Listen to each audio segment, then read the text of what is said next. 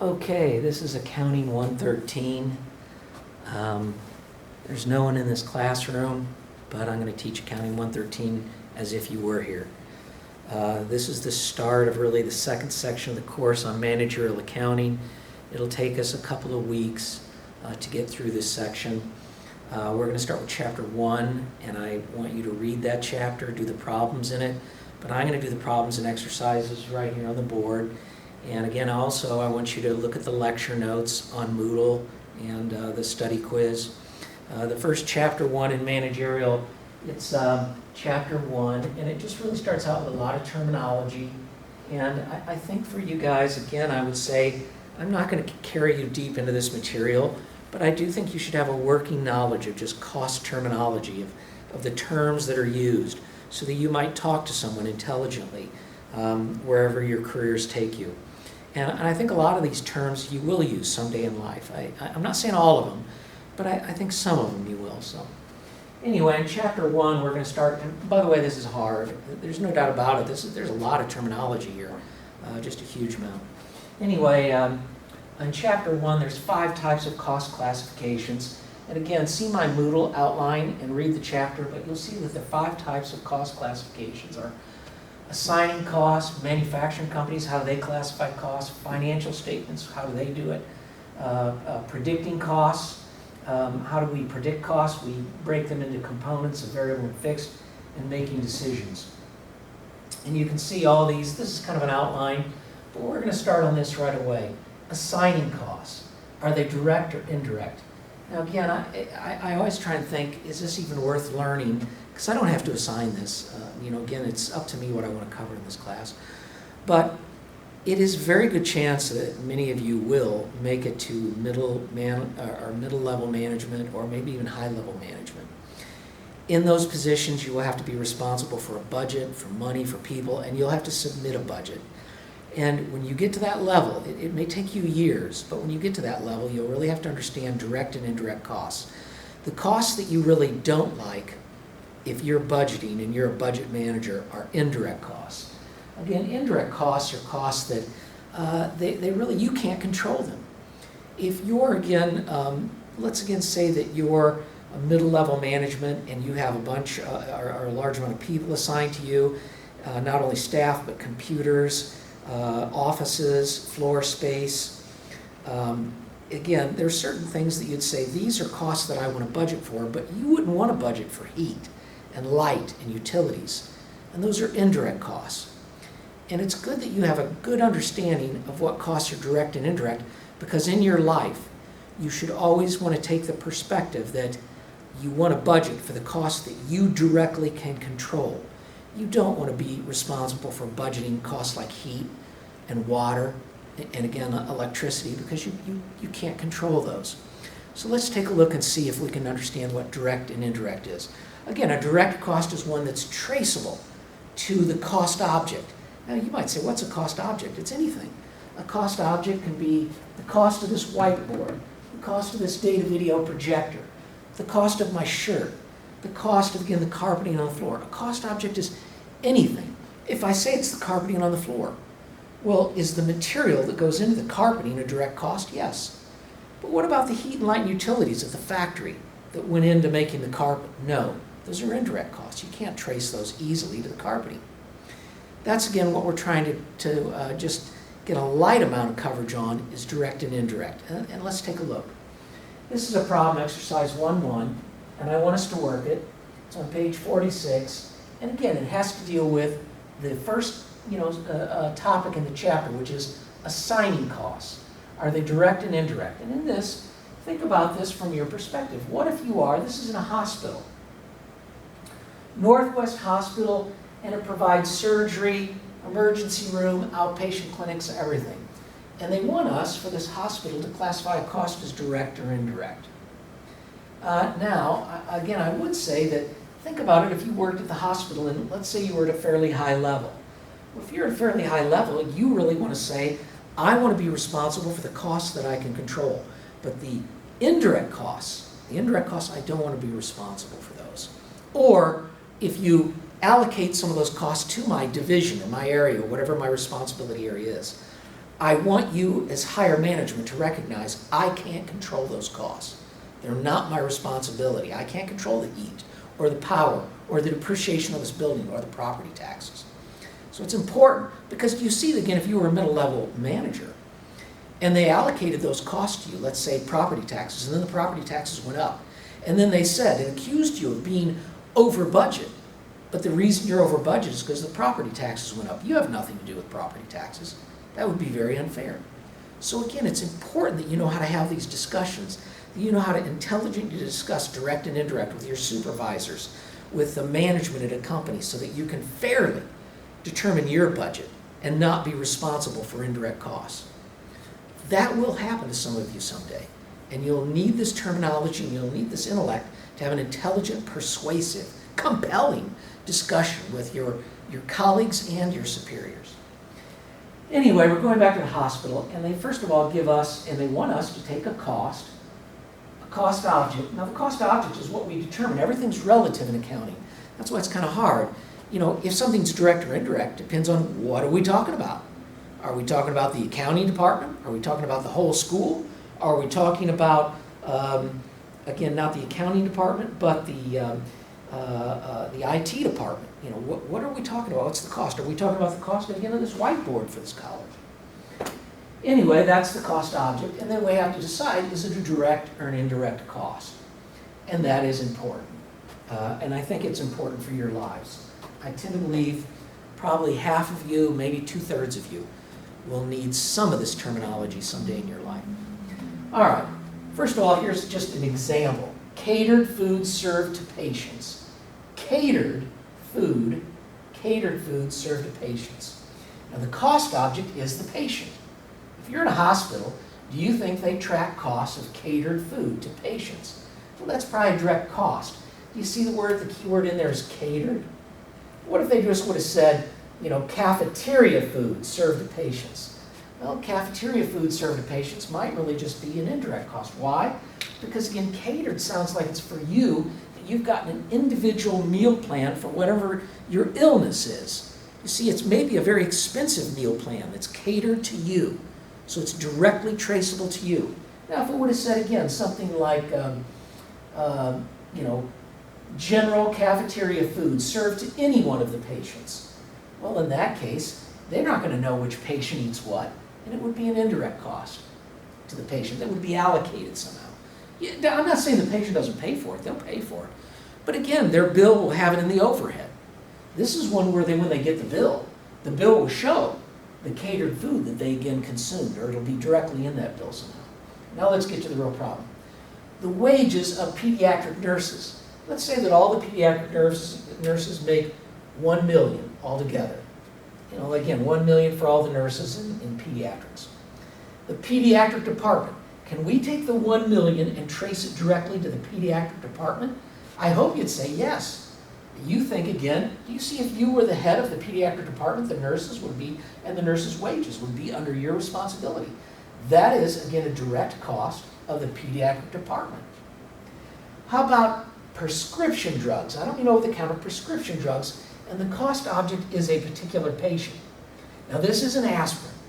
This is again something for somebody that has a significant problem. This sounds to me like prescription drugs are expensive. When you're in the hospital, they will give you those prescription drugs and they'll be traceable to you, to each patient. So that's a direct cost. Now what if you took a couple of aspirin? Or they gave you some blood thinner? Those are cheap drugs. Those would probably be indirect costs. And you'd say, you're kidding me. And I'd say, yes. Again, they're not going to, if you ask for an aspirin, they're not going to say, well, that's really expensive. Make sure we directly trace that to that individual patient. No, they take all the aspirin and maybe all the blood thinners and cheap drugs, and they throw them in overhead, and they'll just call them an indirect cost. Right? How about this? Heating the hospital. Now, if the cost object was the hospital, then it would be a direct cost. If you said, is the heating of the hospital a cost to the hospital? Yes, that's direct. But it says heating the hospital, the pediatric department. Pediatric, I believe, is children's department, young children. Heating the hospital, is that, in other words, let's say heating the hospital costs $10 million. If heating the hospital costs $10 million, can we trace all $10 million to the pediatric department? You cannot. It is not. You'll have to take the $10 million and allocate it to all the departments. This is what we call an indirect cost. Do you see again? If they make you responsible for this cost, you can't control it. If you're the head of pediatrics, this is not a direct cost of pediatrics. It's an indirect cost. One of the things that happens with an indirect cost, it has to be allocated. A direct cost doesn't. You can just say, this is direct cost. Like if we go back and said, is the heating of the hospital 10 million directly traceable to the hospital itself as a whole? Yes, it is. So again, it's directly traceable, all 10 million. But if you look down, again, anything that's an indirect cost has to be allocated. The heating of the hospital to the pediatric department, well, let's say the pediatric department takes up 20% of the hospital. Well, then it'll be, allocate what, about 2 million of that. But allocation, always with a indirect cost, it's allocated to you. And the allocation many times isn't that fair of a method. All right, the salary of the head of pediatrics. Now, let's say again the salary, let's say she makes, I wish I would erase those. Let's say the salary, she makes $250,000, okay? It's $250,000 a year. This is the salary of this young lady, $250,000.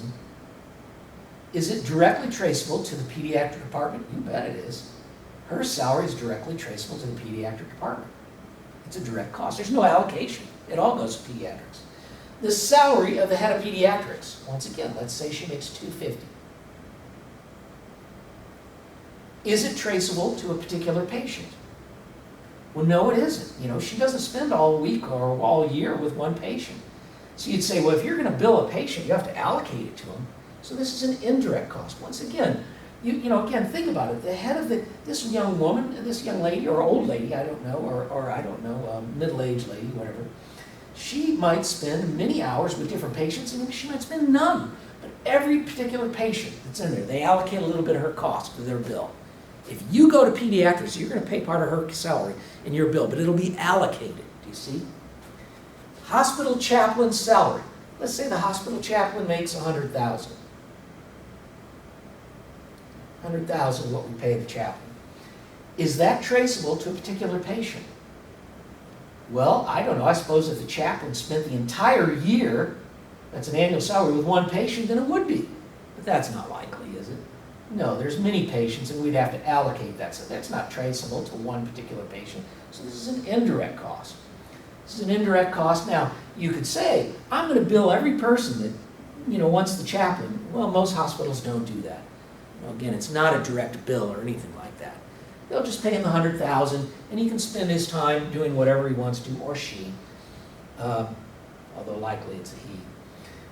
Anyway, let me see. Let's go back here. Lab tests. Now, I'm going to do 7 and 8, but I want to do 8 first. They're related. And they're not very well written by your author. Your author, I wish would give, but let's do 8 first. Let's do it this way. We'll do this one first, and this one second. We'll do the 8 first. Lab tests by an outside contractor. Now, let's say the lab tests are on blood.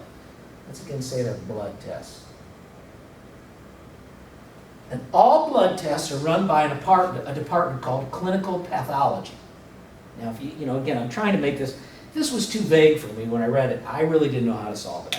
I don't know. But again, lab tests, I'm making it so it's more realistic. Many times in accounting, you have to know a little bit more to know how to answer something. And our author's been a little bit too vague here.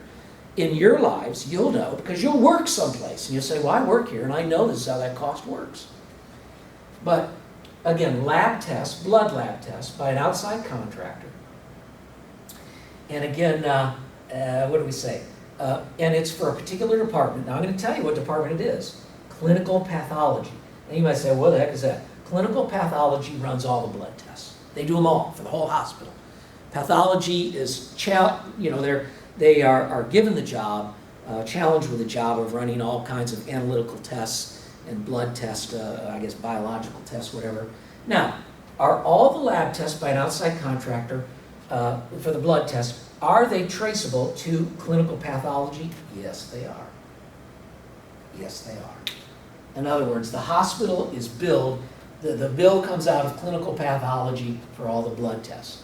Now let's go back and do 7. Lab tests by an outside contractor, the same thing. And let's even say these blood tests cost $1 million. Who's going to get that $1 million bill? Clinical pathology is going to get that $1 million bill. Now there's one patient in particular, again, that gets a test, and let's again say, I don't want to be negative, but let's say it's a test for HIV. Or let's say it's a test, I don't know, let's just say it's HIV. I should say that coronavirus, right? Since that's a hot topic right now, but let's go back and do HIV. So there's one patient, again, a particular patient gets tested for HIV. Is that test going to be traceable to that patient? Well, this may be something that you'd say, you know, I don't know, will it? Well, again, most hospitals actually do. Again, not only do they get the $1 million bill to, again, clinical pathology, but that hospital will have a breakdown of every test done. Do you see they have to? They have to track the cost and the results of that test. And, you know, in other words, they can't just say, well, we'll do an HIV test for everyone and allocate. No, that individual test will have an individual cost. And it'll have a patient's name and the results of that test. And that will also be a direct cost. In other words, can something be direct at both a departmental level and a patient level? Yes. All the blood tests were done and traceable to clinical.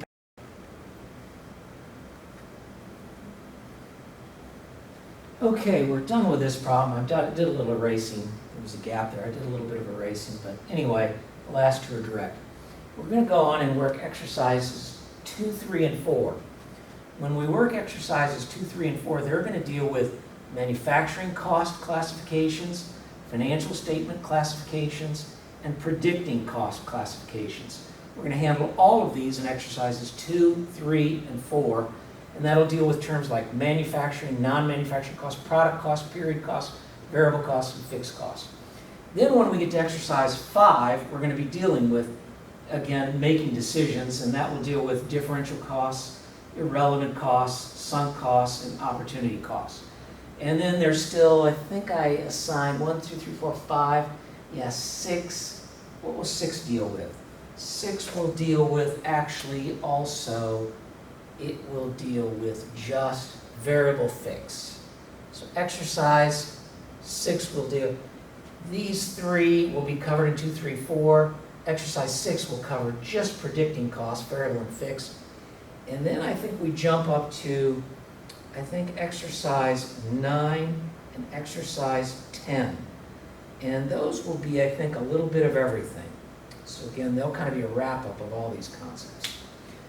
All right, we're going to go ahead. I'm going to stop just for a second, and I'm going to change over to, again, something where we can put up the problems. We can put up problems 2, 3, and 4. Again, we're going to be working on manufacturing costs, financial statement, how they classify costs, and predicting costs, variable and fixed. All right, let me stop the film.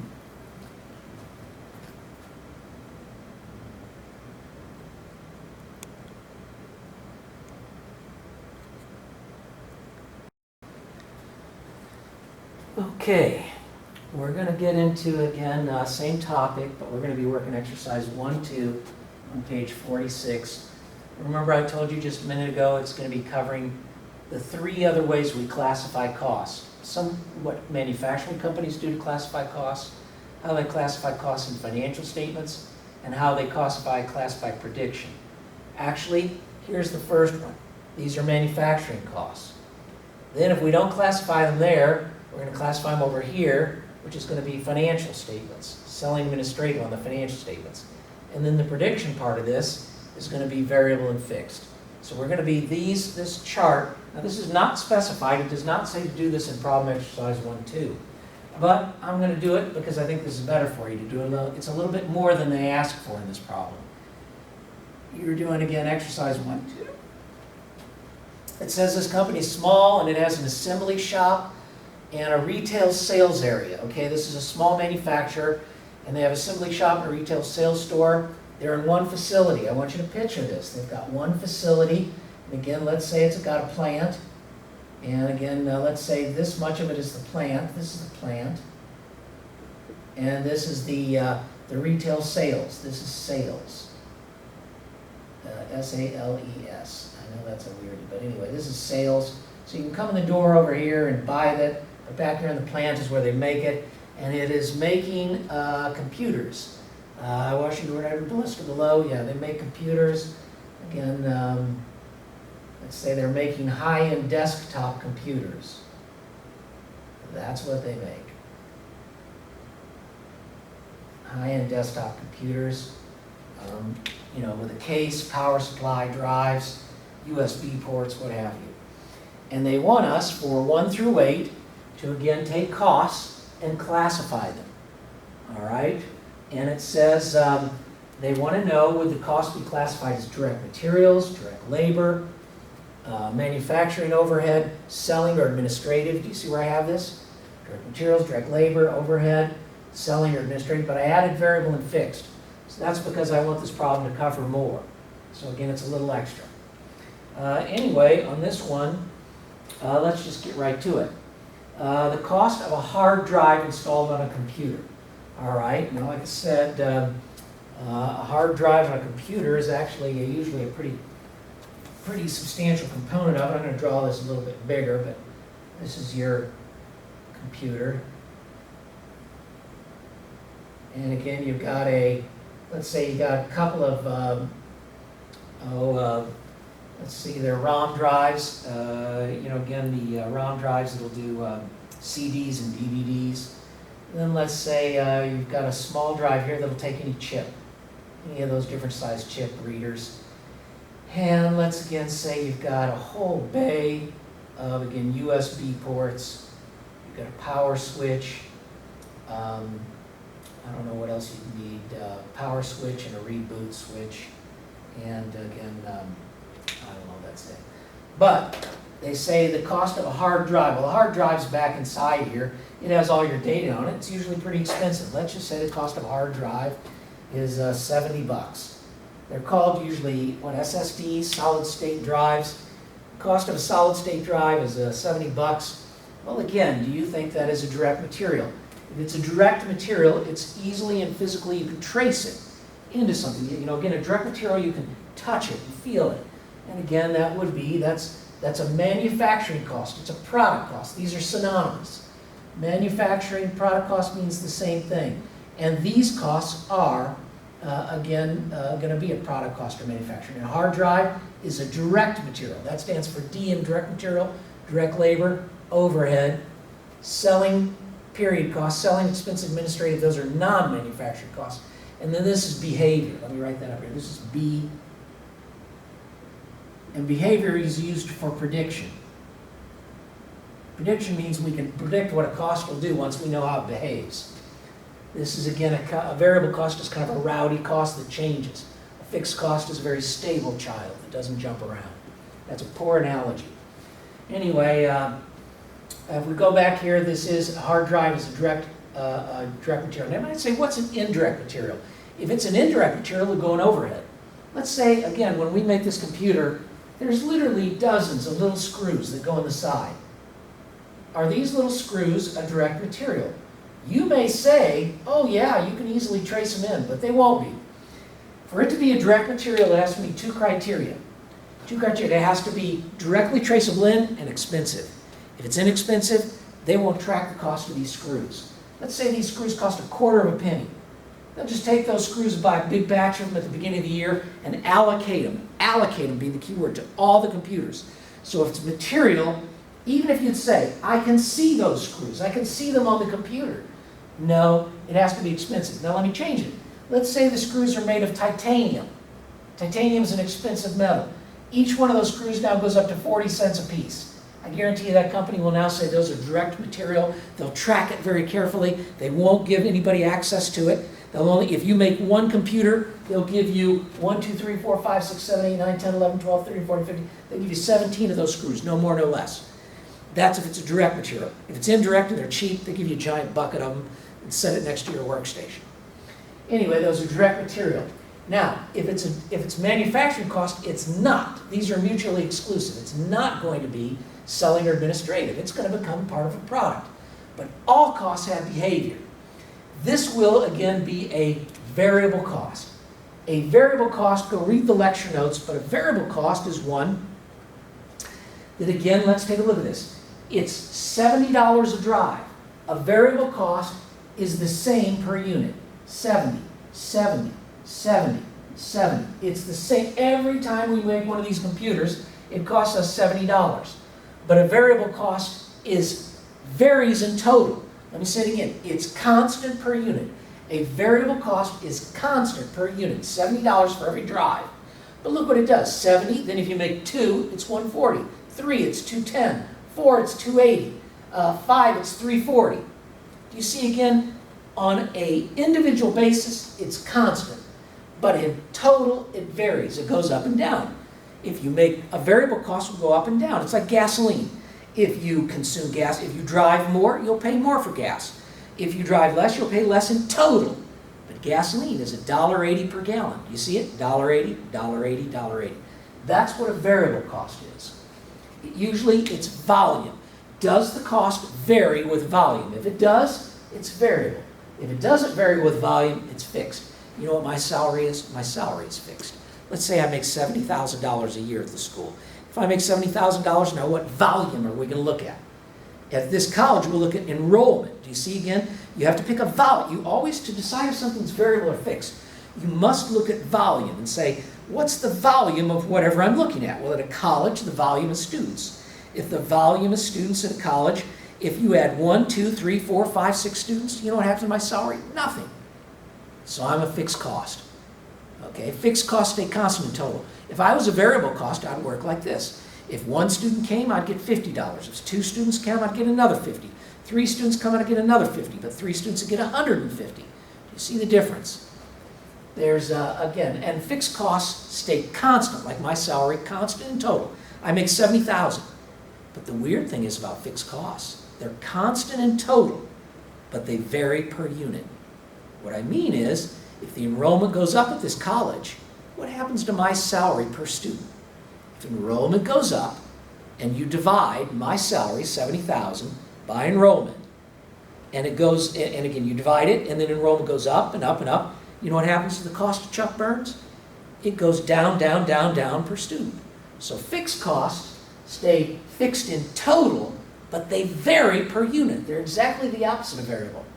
And they vary inversely. As volume goes up, the cost of Chuck Burns per student goes down. If the volume of this college goes down, then guess what? Then the cost of Chuck Burns per student goes up. That's why this college wants enrollment to go up, so that they can better utilize me. In other words, they pay $70,000 for me, put a bunch of students in the class, and the cost is less per student. You might hear this being called economies of scale in an economics course, but again, usually higher volume lowers fixed costs per unit. All right, the next one is the cost of advertising in the Puget Sound computer user newspaper. This is, again, they advertise in the newspaper to sell these computers. Now again, first of all, is this a direct material, a direct labor, or overhead? It's none of those. It's not a manufacturing cost. It's a selling cost. You see it? It is not a manufacturing, it's not materials. If it's a manufacturing cost, it has to be incurred in the plant. Again, this isn't being incurred in the plant. This is being incurred in, again, the administrative offices. So again, it's a selling cost. If it's a selling cost, it's a period cost. It's non-manufacturing. They just charge it off to the period. It's not going to become part of the cost of the computer. Is it variable or fixed? All right, if we make 2 or 3 or 4 or 5 computers, are we going to advertise more? You may be sitting there thinking, yeah, we will. But no, you're more than likely wrong. Most of the times, sorry, again, not trying to be offensive there, but most schools like this and most companies go ahead and decide on a budgetary amount at the beginning of the year on how much they'll advertise. Like they might say, this year we're going to advertise we're going to spend $100,000 on advertising. And they enter into a contract, again, with Puget Sound to run ads, so many ads for the whole year. Do you see, again, it doesn't matter whether you sell 1 computer or 1,000, or if you make 1 or 10 or 5. This cost is $100,000. Let's say we only make 10 computers and sell them. We already entered into that contract. Let's say we make 1,000,000 computers and sell them. We already entered into that contract. That contract is fixed. It's fixed. Now, if you said to me, Chuck, how do you know that? I don't. I'm generalizing.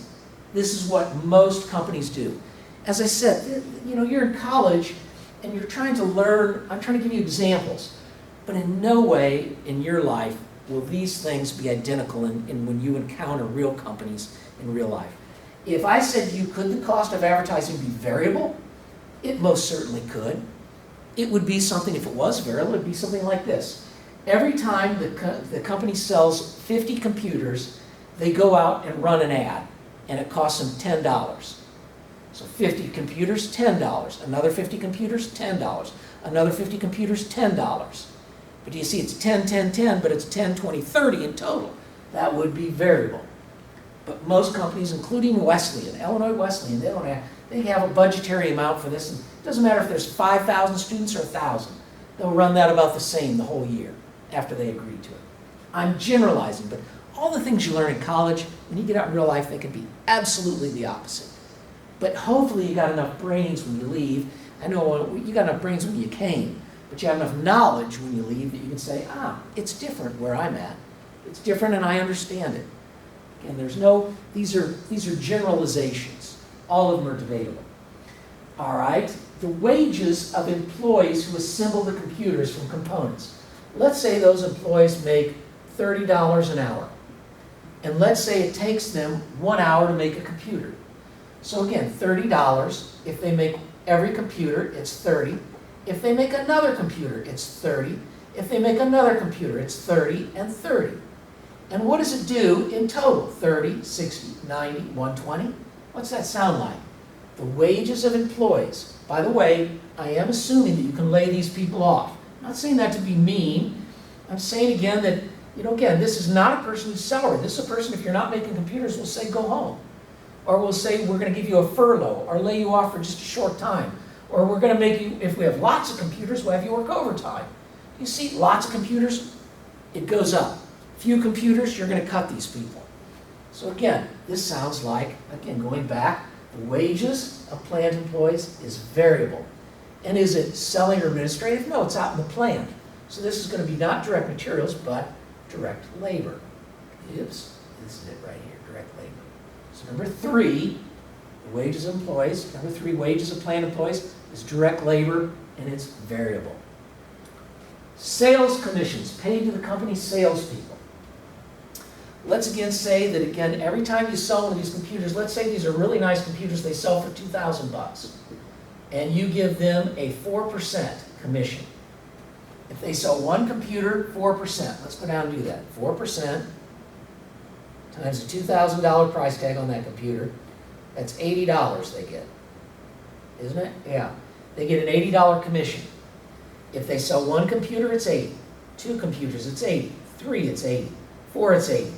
But it's 80, then 160, then 240, and then 320. This is constant per unit, but varies in total. This must be a variable. Sales commissions are always variable. Now, is this material labor overhead? You'd say, no, that's not in the plant. They're not, again, this isn't one of those. This is selling cost, isn't it? A salesman or saleswoman's salary. This is selling cost, and it's variable. The salary of the assembly shop supervisor, let's say that makes $160,000 a year. Let's again say this time I'll make it a man. Early in the lecture I said the head of pediatrics was a woman, so I'll now make this a man. The salary of the assembly shop supervisor, he makes $160,000 a year, and it is a salary. Now we're making computers. If we make one computer, what happens to his salary? Nothing. If we make 100 computers, what happens? Nothing. If we make 1,000 computers, nothing. His salary stays the same. That must sound to you like what? Fixed. As volume goes up and down for computers, his salary doesn't do anything different. Now this says assembly shop supervisor. This is labor. Now the question is this direct labor or is this indirect labor? If it's direct labor, we're going to put it in this column. But if it's indirect labor, we call it overhead. Remember, everything, if it's not direct materials, direct labor.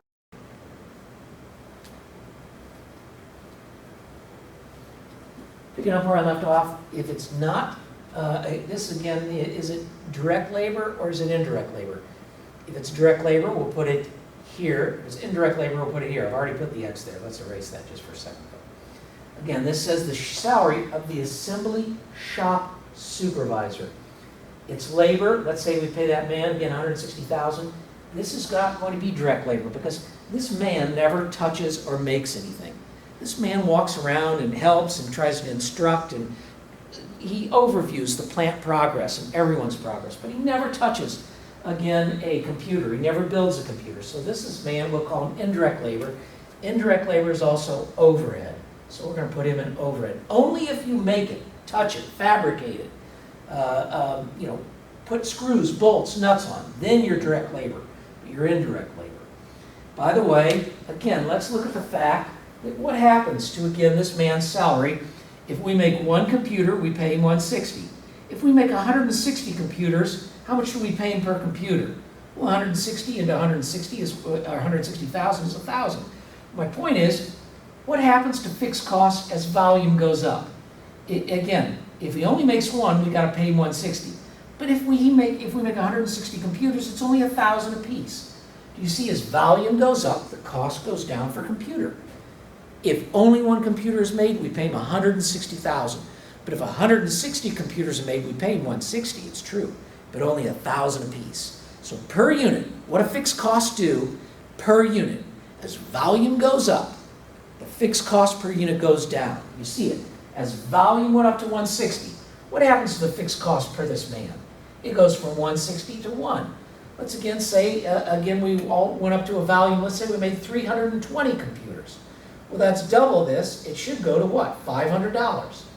Let's say we made 160,000 computers. Then it's $1 a piece. Again, as volume goes up, the cost goes down. All right, the salary of the company, the salary of the company's accountant. I'll give you a guess what a salary does. Let's say the company's accountant makes $110,000 a year. What happens? First of all, an accountant. Now, they didn't say if the accountant is the accountant out in the plant? If the accountant is out in the plant, they're going to be overhead. But it doesn't say they're out in the plant, so it's probably one of these two. Would you say the accountant's in selling? No, the accountant's an administrative position. And what do you think a salary is? A salary is definitely going to be what?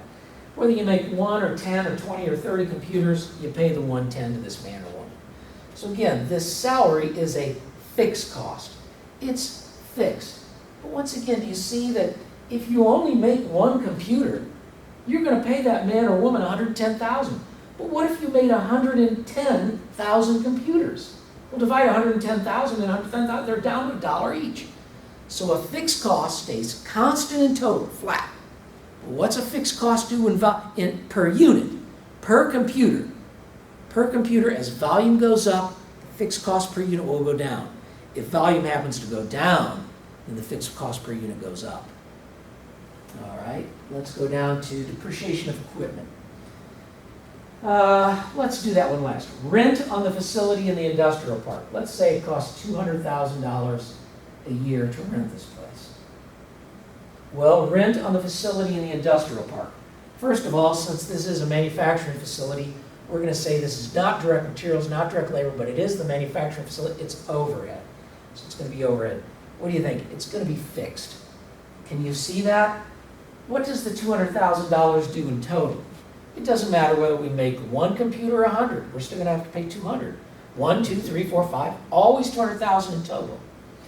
What will it be if we only make one computer? It's 200,000. But what will it be per unit if we make 200,000 computers? It'll be $1. Do you see that, again, as volume goes up, that the cost per unit goes down for fixed costs? Fixed costs per unit, again, change. They vary. I don't like to use that word. They change. But again, fixed costs in total stay the same. This one, depreciation on plant equipment, I'm going to give you the answer real quick, but I'm going to explain it. Depreciation equipment used to test assembled computers, all right? It's equipment that's used to test the computers, all right? You know that that's out in the plant. They test the computers. Now, you might say, gee, would it be direct labor? It won't be direct labor because they won't test every computer. I don't know that for sure, but most plants just test every 10th or 20th computer. In that case, this is going to be, again, a depreciation. It's going to be overhead. These are not men and women making the computers. They're testing them, and they might test every one. It'll be an overhead price. But is it fixed or variable? Well, first of all, if you're thinking that depreciation is variable, you're absolutely right. The depreciation on your car, as you drive more miles, you depreciate it more. If, again, you use your equipment more, it's going to depreciate more. And you'll say, well, then that's variable, meaning depreciation goes up when I use things more and if I make more computers, I'll do more testing. If I do more testing, I'll depreciate it more. So again, as I make more computers and it goes up, I'll have more depreciation or less. That is mentally correct thinking. Depreciation is variable, but that's not the right answer. The right answer is fixed. And you might say, well, that's ridiculous. Why would I say that, again, it's fixed?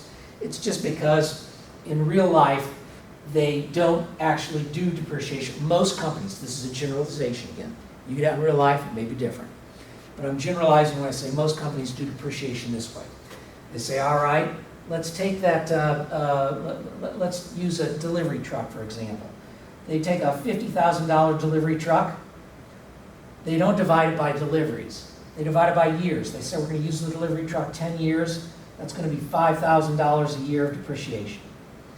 It's $5,000 this year, every year. It doesn't matter whether you drive the truck a lot or a little bit. Do you see, again, most companies just divide by years of life. That means it stays flat, meaning it stays the same, 5,000. So you'd say, do you mean companies are taking something that's variable and they're actually doing calculations that treat it as if it's fixed for a year? And that's exactly what I'm saying. Many companies, this is called straight line depreciation, and this is the way they do it. So on the test, depreciation will always be fixed. In real life, I think depreciation is variable. On most things, this carpeting, I'm wearing it down right now. I'm wearing this carpeting down because I'm walking on it. Clearly, the more we use something, the more it depreciates. But at this college, they don't depreciate this carpeting in a variable way. They take the entire cost of the building, divide by the years, and they get a number. And they use the same number every year. So therefore, it will, in other words, it doesn't matter whether they have 1,000 students in this room or whether they have them one. They'll still charge the same depreciation every year. And that's what they'll do in that truck. So remember, on 7, on the test, it will always be fixed. But in real life, it can be variable. And I've worked for companies that treated it as variable. The only thing you have to do to make it variable is divide by something that is variable. Like, let's say we divide by the number of computers made. Well, then it's going to be per computer and it'll be variable. But I'm not going to do that because that's not the way this book treats it. And for now, you're just getting an introductory introduction to this. All right, that's exercise 1-2. We're now going to do exercise 1-3, which is exactly the same thing. We're just going to keep practicing this. I'll stop the camera for a minute and pick up after I erase the board and get ready to start on the next problem.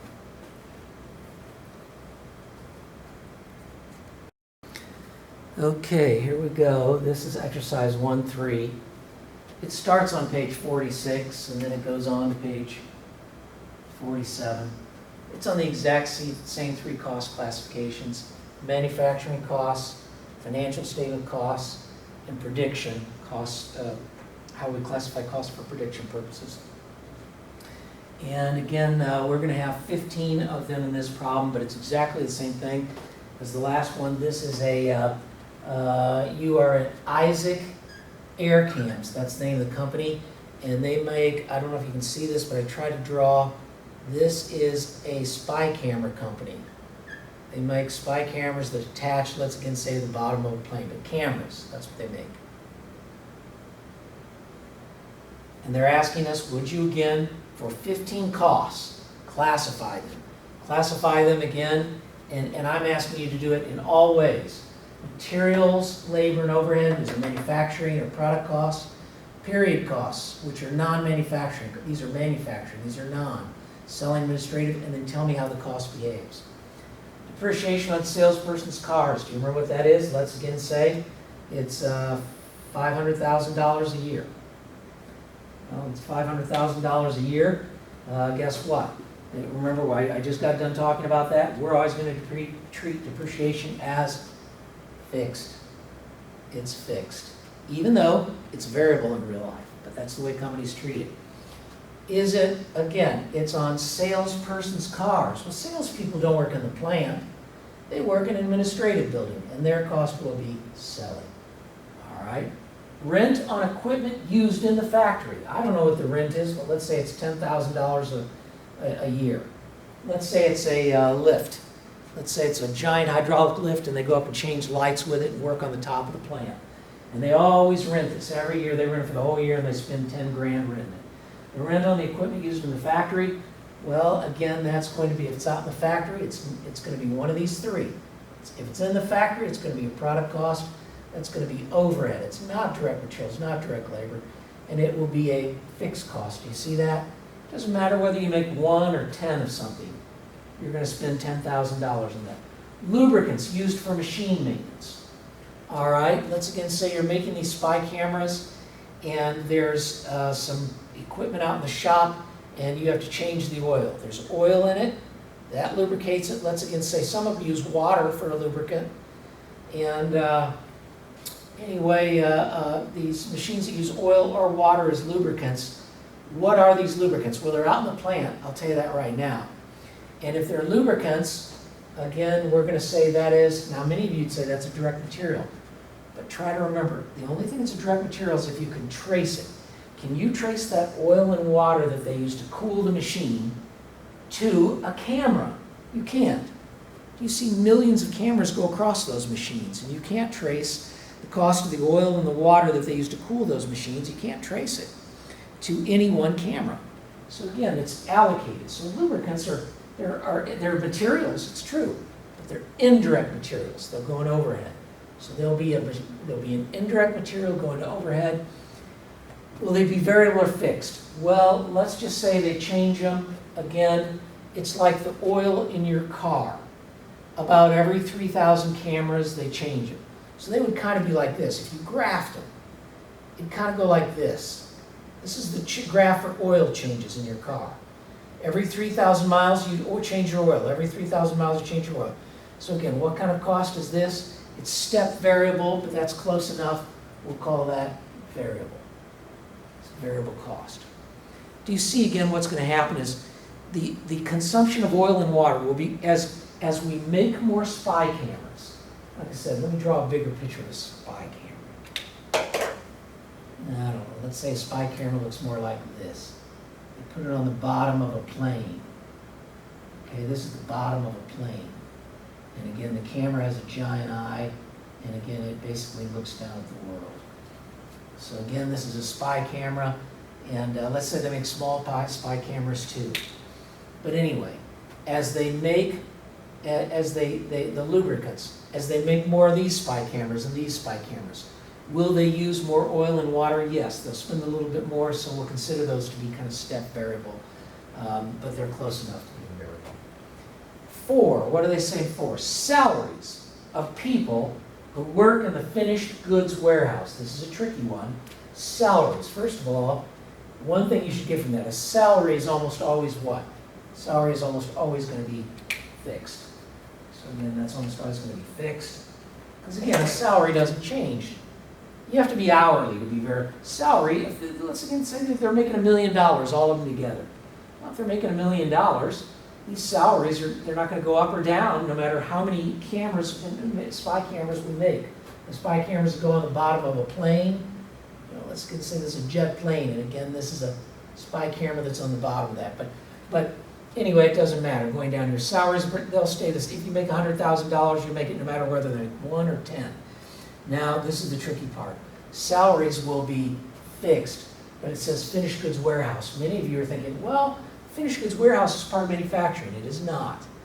Finished goods warehouse really is going to be what? It's going to be, it's done. The product is out of the plant. And putting something in a warehouse is part of distribution. Most companies would probably put it in distribution, which would be selling.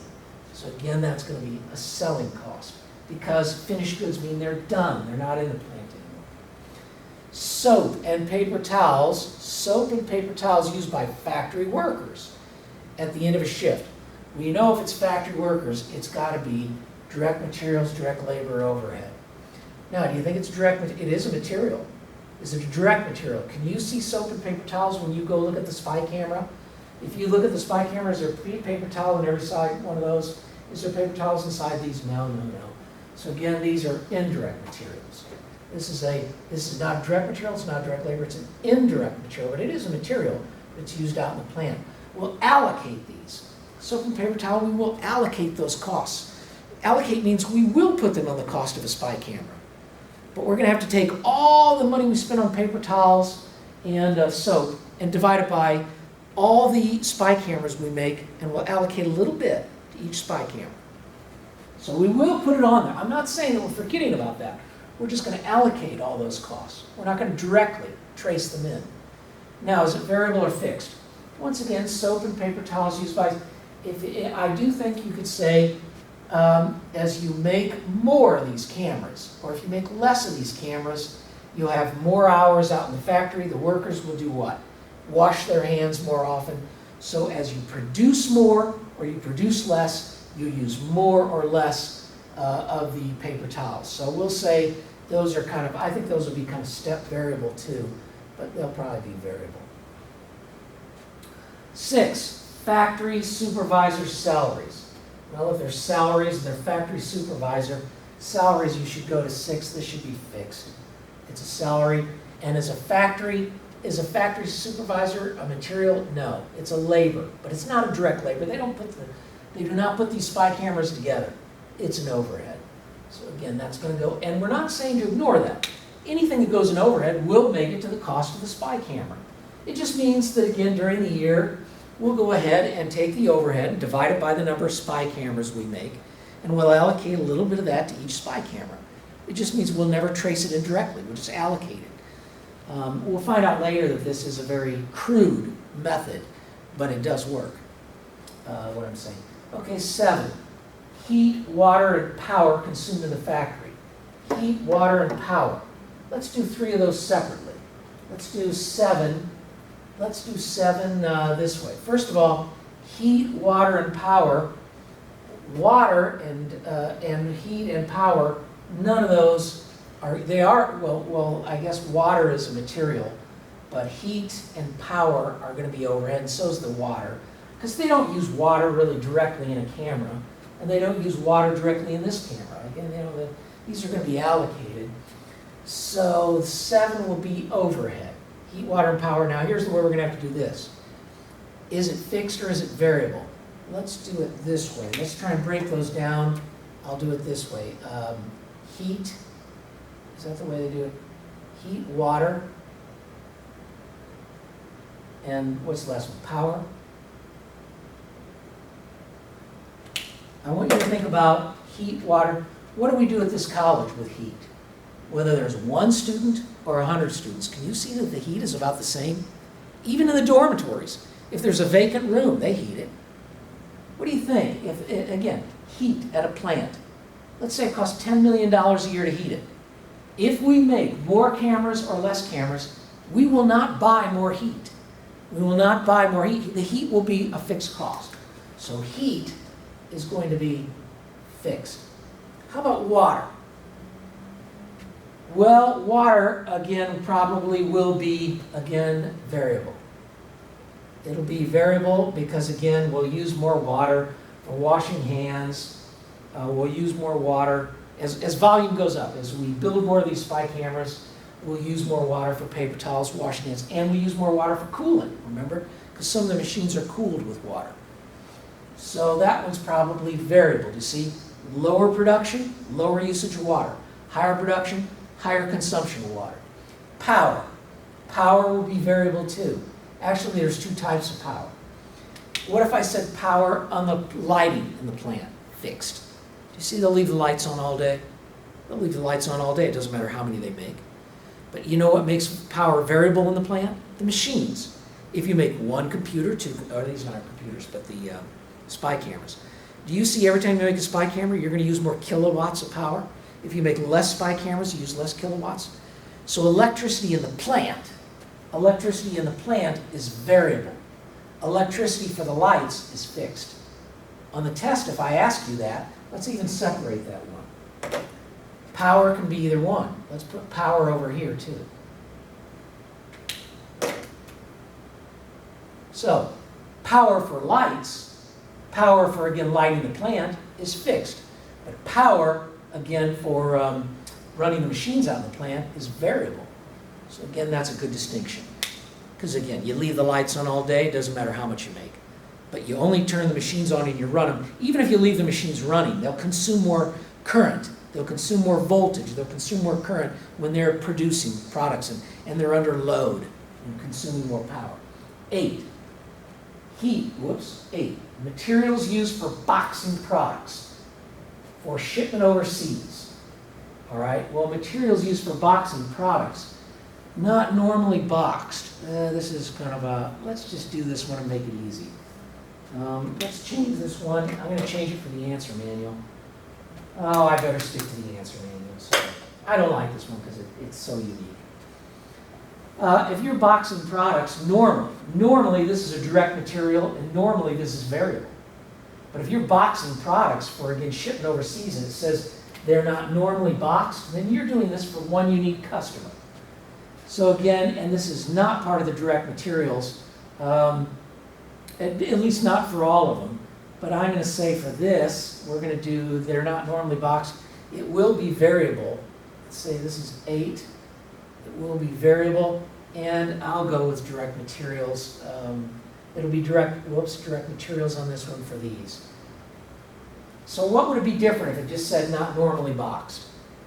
Boxing these are, again, boxing is always going to be a direct material. It's usually pretty expensive, but they're not normally boxed when they're going overseas. That will be variable.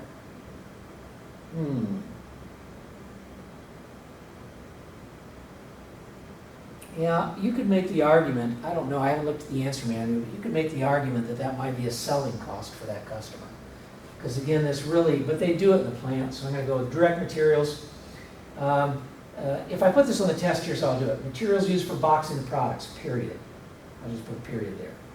And if I do it on the test, it'll be a direct material and it'll be variable. Because let's say a box costs 50 cents.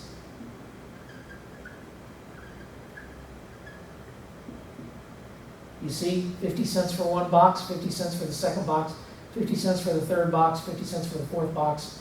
But again, in total, 50, $1, $1.52. Constant per unit, varies in total. That's going to be a variable cost. And again, now by the way, if they're boxing them up for shipment overseas, this might well be $15 a box, or $150. I don't know, it might be $150 a box. Might be they have to be crated. Might be a very expensive process. I don't know. Advertising costs, we already did this. Advertising costs are usually what? They're selling costs, and they're usually fixed.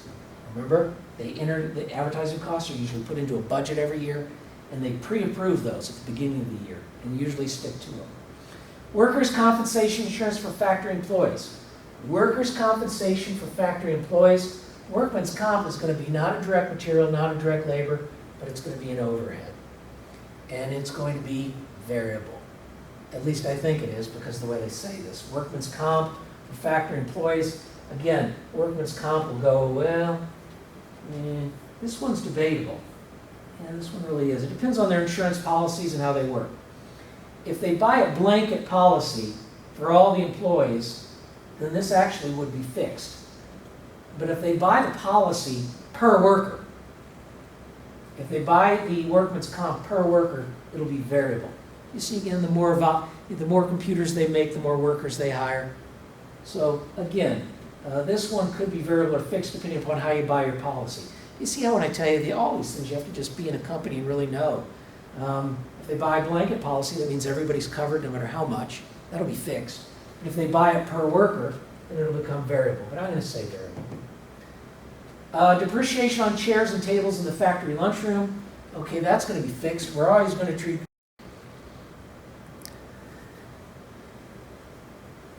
Okay, there could be a slight gap. I don't know if you know, but and I'll tell you, my video recorder only allows me to tape in 15-minute increments because 15-minute increments result in a 4 gigabyte file. And fat allocation table, which is what my camera uses, only allows 4 gigabyte files. That's as big. So every 15 minutes you may see just a slight, I would call it incongruity. You know, it won't be a smooth flow. But that's because, again, you're seeing these files are all going to be, assembled on software. So if there is a gap, just look up here. The answer's up here. But where I thought I left off was 14. The cost of renting rooms at a Florida resort, $20,000. But once again, They pre-approve that at the beginning of the year. It doesn't matter if volume goes up or down, they'll probably stick with that. This is a generalization, but most companies will budget that and stick to that. It'll be 20,000, so that's a fixed cost, and that's going to be selling because it's a salesman and women. The cost of packaging the company's product. This one is exactly what I said up here in 8. This is the cost of packaging the company's product. Even if it's just a smaller box, that's still going to be direct materials. And let's say it costs 30 cents to box one up, 30 cents to box another up, 30 cents to box another up, 30 cents to box another up. That's constant per unit, but what? If you box 4 of them up, you got $1.20, 30, 60, 90, $1.20. So again, it's variable. This will be a variable cost for boxing the product up. All right, we're done with exercise 1.3. I'm going to try and go on, I think 1.4.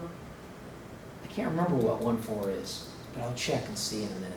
I'm going to erase all this and then come back and solve 1.4. Okay, we're starting exercise 1.4. I'm going to work it right on the whiteboard. It's page 47, and the subject here is cost behavior. We're going to be dealing with this issue of variable and fixed. Only we're going to get numeric this time. We're going to, actually put some numbers to what we're working on. This is again to just give you a feel for actually applying something, a concept. We've said variable varies in total, but stays constant per unit. We've said fixed. Fixed stays constant in total, but varies per unit. We're now going to see if you understand that in a real-world setting. This real-world setting is going to be, it's in a coffee stand out at a kiosk. So it's called Espresso. Express operates a number of coffee stands. It does cost, again, it says here, 22 cents to give everyone just a standard cup of coffee.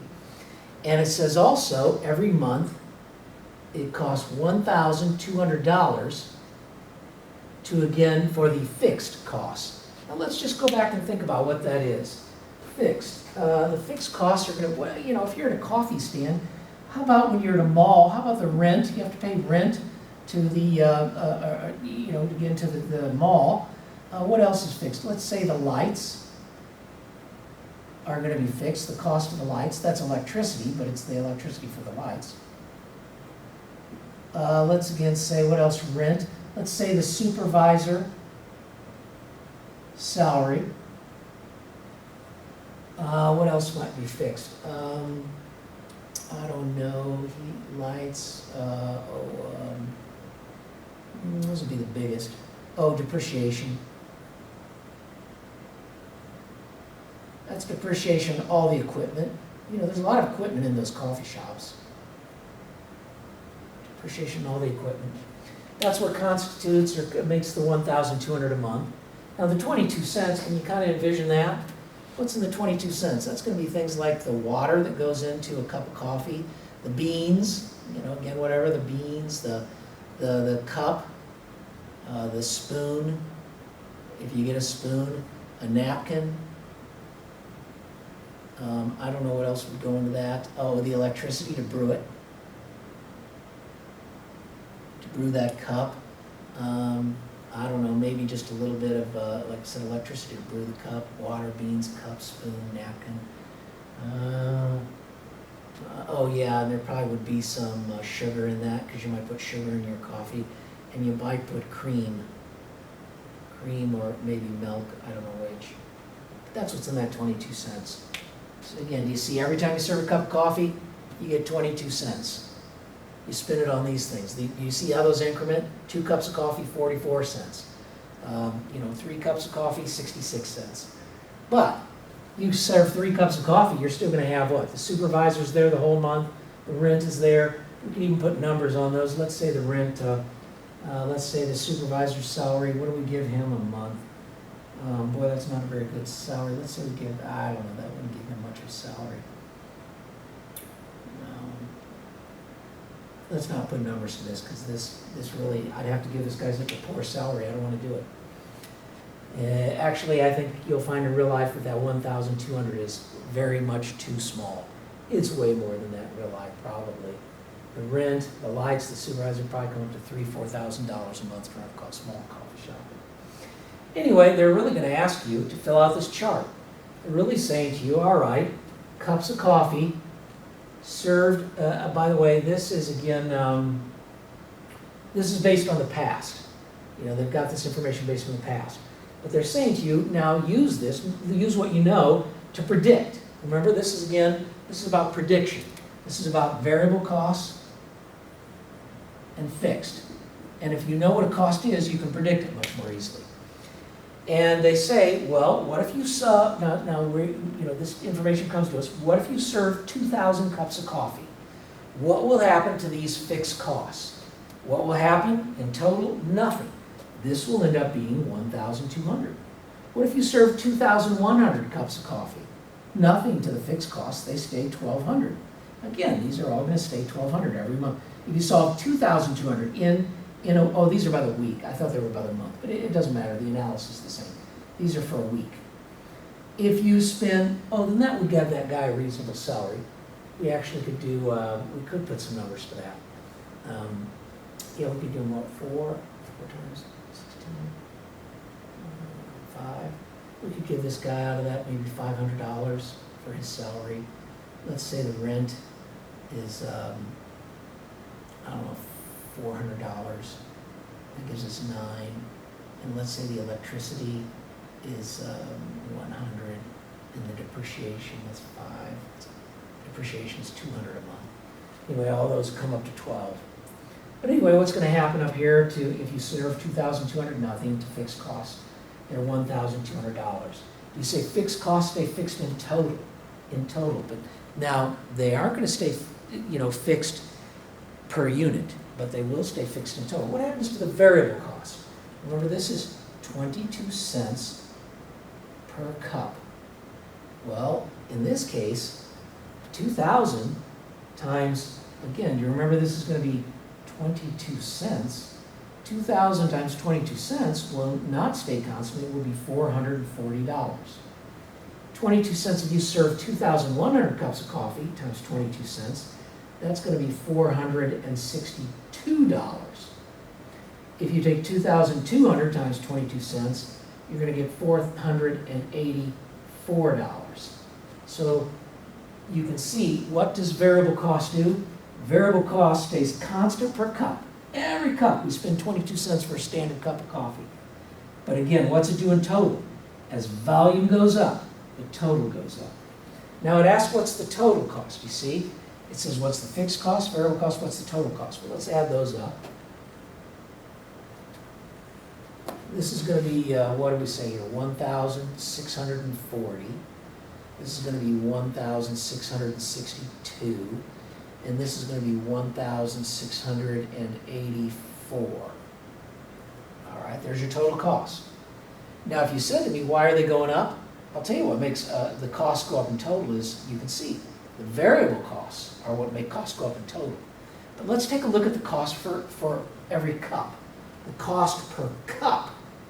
Well, to do this, let's divide 1,640 divided by 2,000. If we divide 1,006 by 2,000 cups, we'll get, I can't remember what it was. I did this the other day. I think it's 76 cents. I better check that. 1,640 divided by 2,000. Oops. 1,640 divided by 2,000 cups of coffee. I get 82 cents. Sorry about that. Good thing I checked. It's 82 cents for a cup of coffee. Or if you want to put the decimal in there, 82 cents. Let's just take that out, 82 cents. Now, what's it cost for a cup of coffee at this level? We'll take $1,162 and divide it by 2,100. And this will come out to be 79 cents per cup.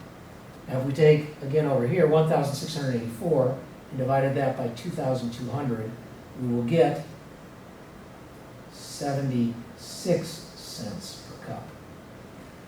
We're done. We're done for the most part. And I am going to have you do that on the test. But what's it proving? Well, it proves that, again, you see the relationship. Fixed costs stay fixed in total. But what is this in per unit? Why is a cup of coffee going down per unit?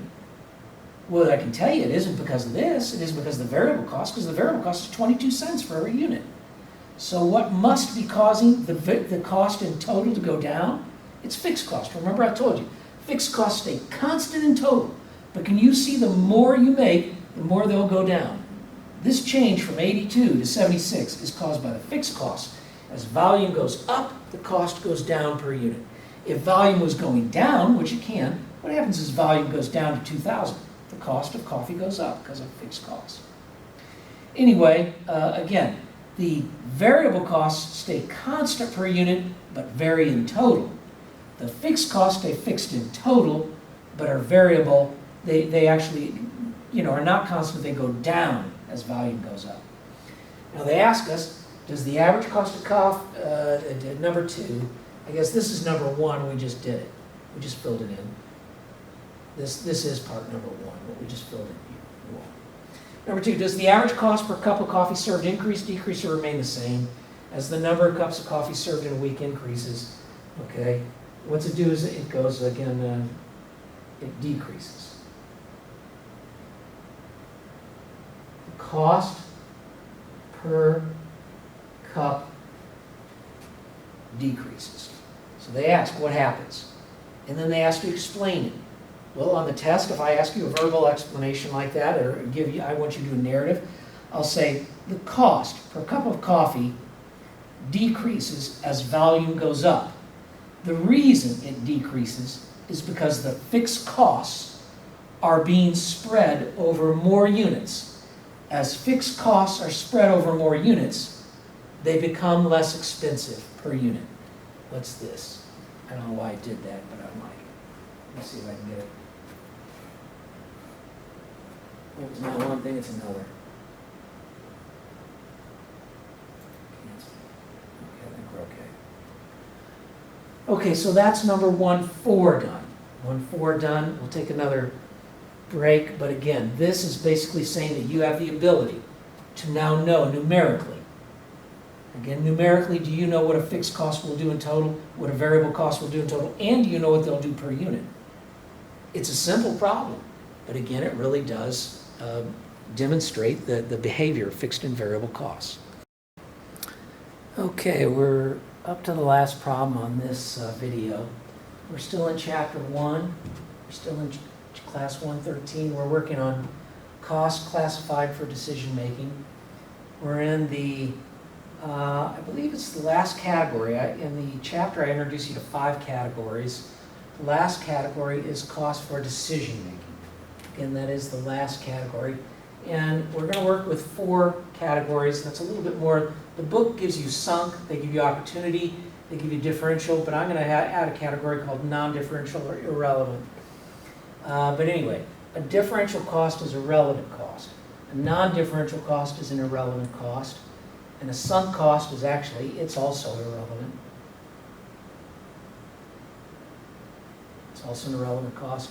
And an opportunity cost is usually relevant. These are all important. You might immediately say, hey, I don't care about sunk costs, they're irrelevant. And I don't care about non-differential costs because they're irrelevant. But you need to know these so you will not pay attention to them.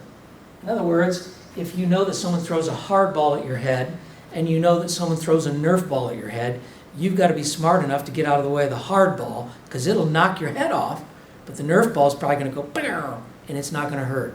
So again, that's what we're really saying. That analogy, although I don't like analogies in general, that does have some applicability here. If you know what these are, you know they're not, again, you're going to get rid of them. You're going to ignore them, just like you would the Nerf ball. You want to pay attention to the differential and relevant costs and the opportunity costs. They're important. But these must be eliminated. You eliminate them because they'll confound you. Just like with a hard ball coming at your head and a Nerf ball. If you look at that Nerf ball, it will confound you long enough that the hard ball will hit you in the head and you'll be knocked unconscious.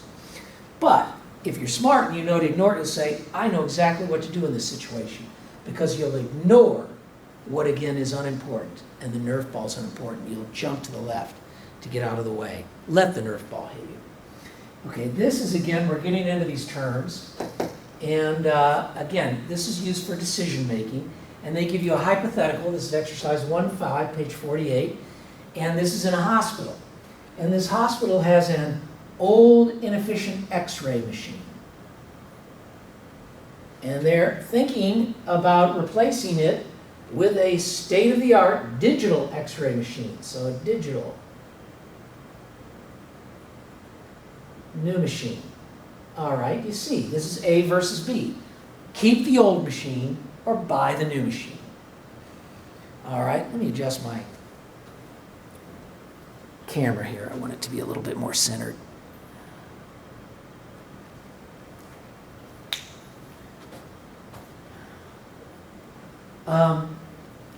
So, decision is to keep the old or buy the new. It does say the new machine will provide higher quality X-rays.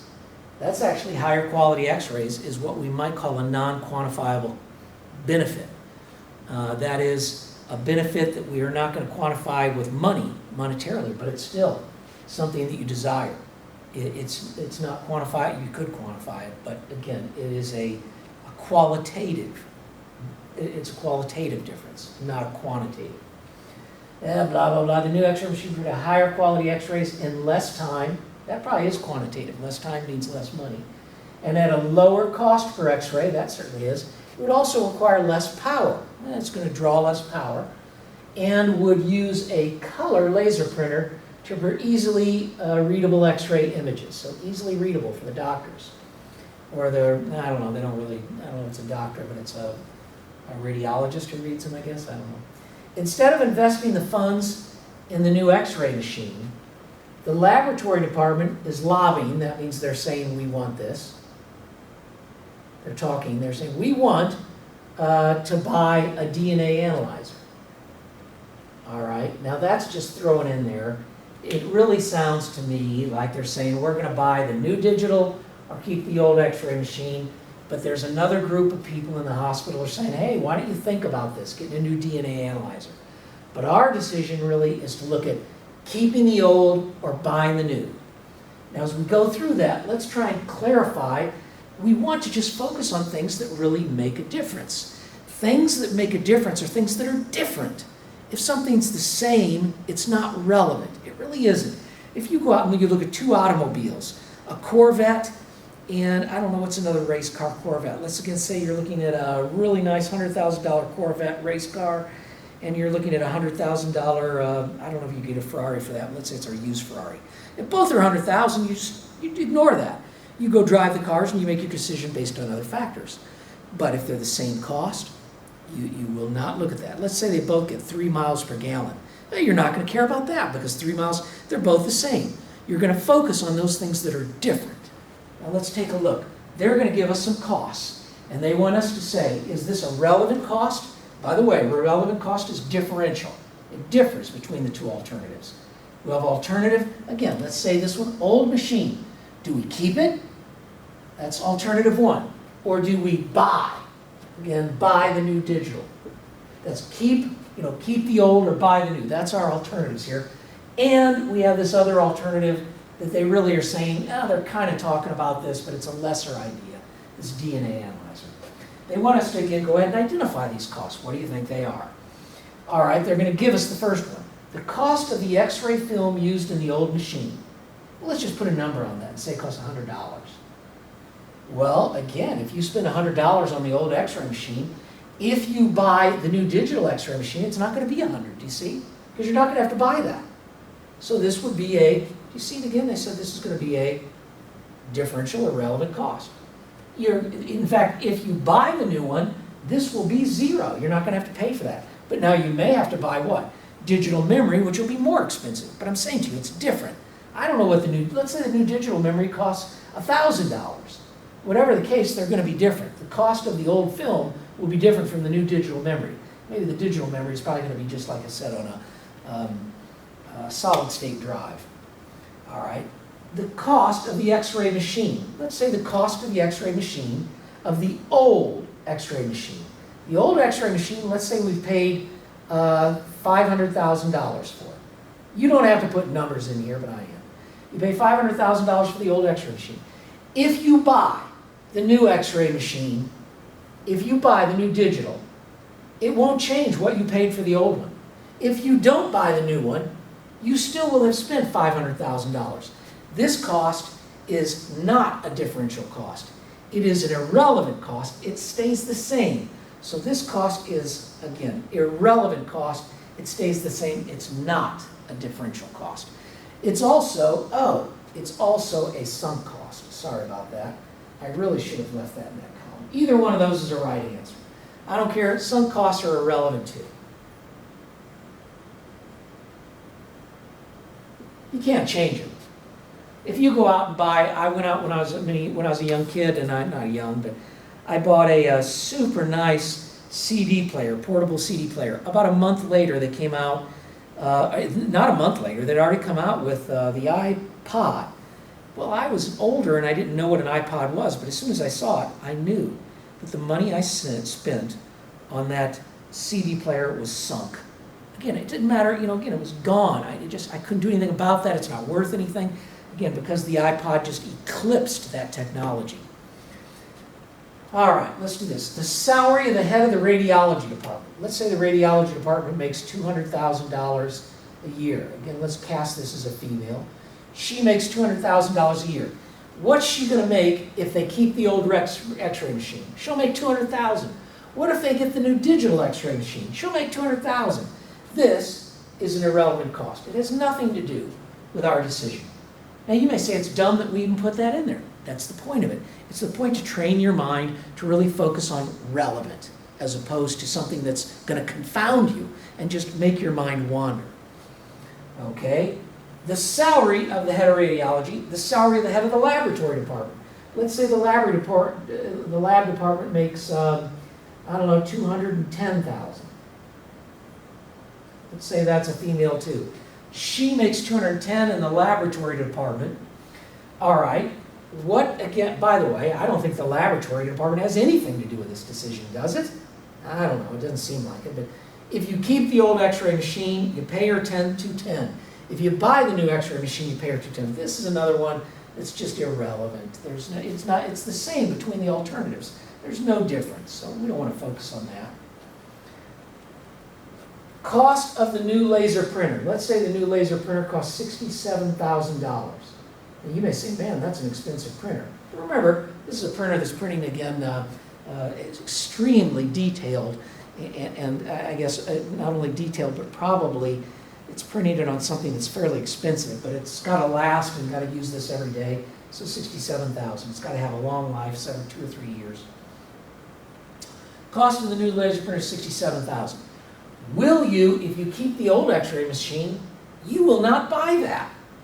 If you do buy the X-ray machine, you will buy it. So you see, if you keep the old, it's $0. If you buy the new one, you'll buy the printer, so you'll spend $67,000. This is clearly relevant. This is relevant to our decision. We'll have to spend $67,000 if we get the digital. If we keep the old, it's $0. Rent on the space occupied by radiology. Okay, let's say radiology is renting a building and it costs $400,000 a year to rent that. Once again, what are you going to pay if you keep the older X-ray machine to rent the space? $400,000. What if you get the new digital X-ray? You'll spend $400,000. Doesn't matter. This is, again, irrelevant cost. It's irrelevant because there's no relationship here. There's just nothing, again, about this is relating to your decision to get. The only way it might relate is if they said that you could rent less space. Let's again say the new digital takes up less space and you pay $360. Then it becomes relevant. But if you're not going to change the housing or the spacing, you rent the same space, then it's irrelevant. The cost of maintaining the old machine. I don't know what it costs to maintain the old machine, but let's say it's $1,000 a month. Somebody comes in and checks it $1,000 a month. All right, you think you're going to spend $1,000 a month on maintenance of the new digital? Very unlikely. In fact, the new digital, you may spend nothing in the beginning. So again, the cost of maintenance between the old And the new, do you see, it must be different. So again, this is going to be a differential cost. It's going to be a relevant cost. A differential cost and a relevant cost. They're synonymous. All right, benefits. Let's do 7 last. Let's do 8 next. Let's do 8. The cost of the electricity to run the X-ray machines. Let's not put a cost on this, but I want you to think about it. What do you think the cost will be for a digital X-ray machine and an old X-ray machine? My guess is the old X-ray machine is going to be much more costly and consume more current than the new digital. So it's very likely these will not consume the same. And do they even say that somewhere? Yeah, it does say, yeah, here it is. It says the new X-ray machine needs less power. So again, this one, the cost of electricity is a relevant cost. Relevant cost is going to differ. I never like opportunity costs, and number 7, that's the answer. This is an opportunity cost. I'll just tell you that right there. This is an opportunity cost. Usually the way your author will word it is some kind of wording like this. The costs that we give up or that are forgone or that we lose the opportunity to get. Well, let's look. If we buy the new digital X-ray machine, benefits, the benefits from a new DNA analyzer. Remember the DNA analyzer, they were just discussing it. But again, if we get the new digital X-ray machine, we'll give up those benefits. That's an opportunity, whatever those benefits are from that new digital or the new DNA analyzer, that's an opportunity cost. I will tell you on the test, I probably won't put opportunity costs on there. I don't really like, opportunity costs are very important, but I don't think I'll put it on this chapter. I would if you took a higher level course. You could make the case that all costs to some degree are opportunity costs. And I don't want you to do that. Like I said, when you study this just like this, and I want you to study lightly. I don't think I'm going to do anything with opportunity costs. So if you're on the test and you're thinking, boy, this sounds like an opportunity cost, well, in all likelihood, it won't be, because I won't test that hardly at all. The most I'll put on the test is 1 point in opportunity cost, either 1 or 0. But I might put it in a definition, a matching. What's an opportunity cost? But I won't put it in something like this. Anyway, that's it. This is the end of the first lecture tape for the managerial component. I will do 2 more exercises from this chapter. I think I have to do, I do 1, 2, 3, 4, 5. I think I was supposed to do 6. But I know I'm supposed to do 8 and 9. I can't remember. Maybe it's 9 and 10. Anyway, I'll go back home and I'll look on the syllabus and see. But anyway, the next tape will be the finish of chapter 1 on this chapter, and it will be quantitative. We'll be applying a lot of these concepts to numbers and trying to make decisions and compute costs. So that'll be the next one, but this is done.